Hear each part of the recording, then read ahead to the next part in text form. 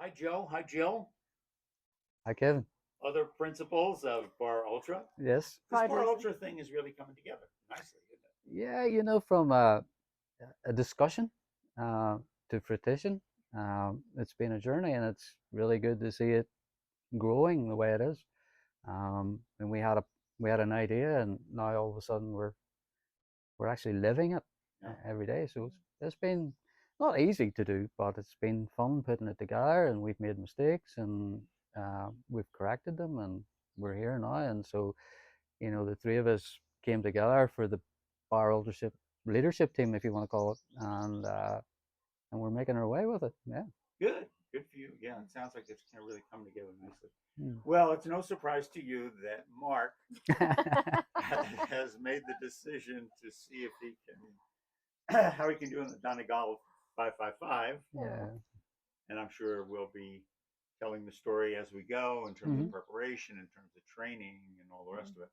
But let's start here. You've ridden that race, Joe. Yes. Relative to Mark's strengths, weaknesses, and his propensity to make sure he is, Yeah. trained and ready. How do you look at Mark trying to tackle that course? Well, I think first of all, having ridden so many miles with Mark now, and I've grown up on where the course is, so I have two familiarities. I have his capability, and I understand the course. This landscape where Mark trains on a daily, lives on a daily basis, brings all the pieces that is required by default to his riding capability, which suits him totally to where he's going.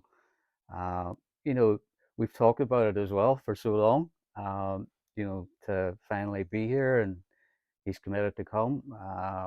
I've been on the bike for so many thousands of miles with Mark in my ear behind that now we get to swap that role. This is as big an event for me as it is for him. Jill and I we just can't wait, and all the other members of our team are all just completely excited that we're all going to be crewing for Mark. That's that's awesome because it is. I mean, it's literally a 180-degree flip. Absolutely. He's been behind Yeah, you yeah, many hours yeah, for many yeah, miles, yeah, and it'll be unique and interesting yeah, for you to yeah, swap roles. So that's what Bar Ultra's about. So yeah, anybody's on the team, try to yeah. support each other for whatever's Absolutely, next. absolutely. And because now we have so many members that are global locations as well. So, I just think it's a great evolution of, of what Mark does and what I do. It's an evolution of that, where we're bringing all those skill sets from what Jill does. We're bringing all of those to the table, and we're going to showcase them in a different way. There's not many races that we haven't been successful in as a team. So I have no doubt that Mark will be able to deliver what we need. Well, the other member of the team, Jill, Yeah. I know you're excited about this. I know. I'm so thrilled. I, Yeah. I really am. I think Mark is one of the most beloved characters in the US Yeah. endurance race scene. I mean, he has crewed for so many people, and Yeah. so many people rely on his expertise to go racing. And I mean, his expertise is vast when it comes to mindset, operations, logistics, running a crew efficiently, running a rider with great advice. He is the epitome of the steady hand behind the wheel when it comes to other people's races. And it is just such a joy to give back to him. And see, I've watched Mark and Joe ride off as, when they go training together, but I've never seen Mark perform to his own capability and his own edge. And I haven't seen, I've just seen snippets of Mark, when he's been racing. So now I get to experience that, and I get to see him climb in Donegal, which I know he'll do beautifully. And I get to see the other side of Mark, the endurance Mark, because it's always been endurance Joe. So now with BarrUltra, it's not Team Joe Barr anymore. That is a brand that has been put down, and it's BarrUltra, which is a much bigger brand and concept because it includes other people racing to their personal capability for their challenges.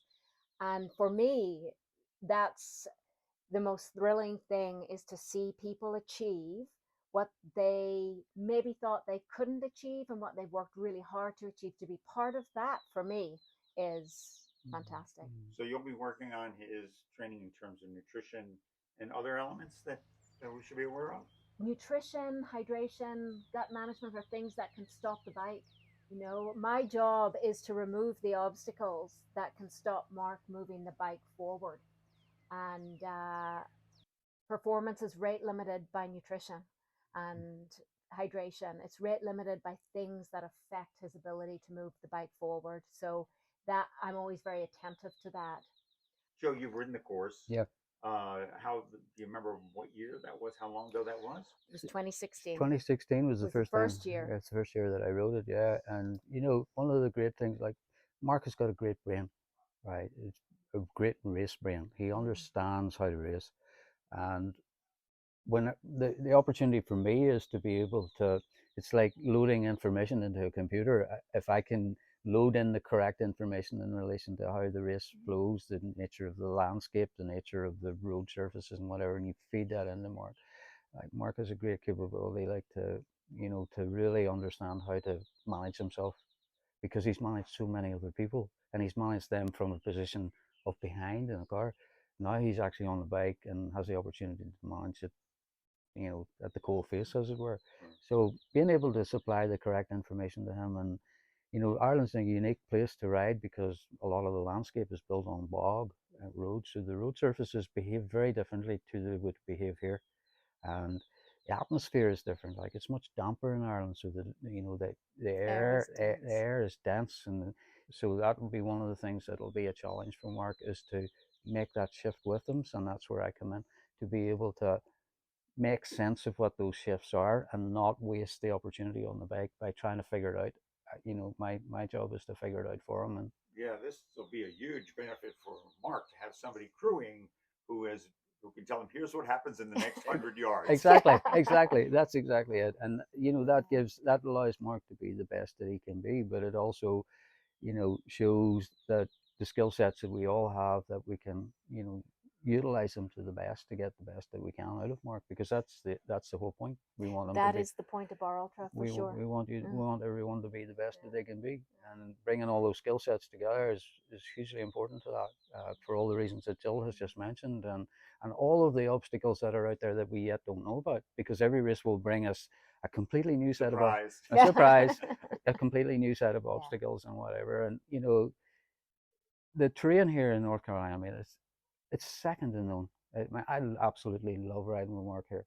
So I understand the terrain here, so I understand that that's going to blend over very, very nicely. So it is. So there's not going to be any surprises of terrain or anything for Mark. But I think that the smaller adjustments to the, just the different type of, you know, weather that we experience in Ireland, and probably in the nighttime, you know, can get quite chilly in Ireland and stuff like that. So those are little things that need a lot of management, because ultimately you only get one shot.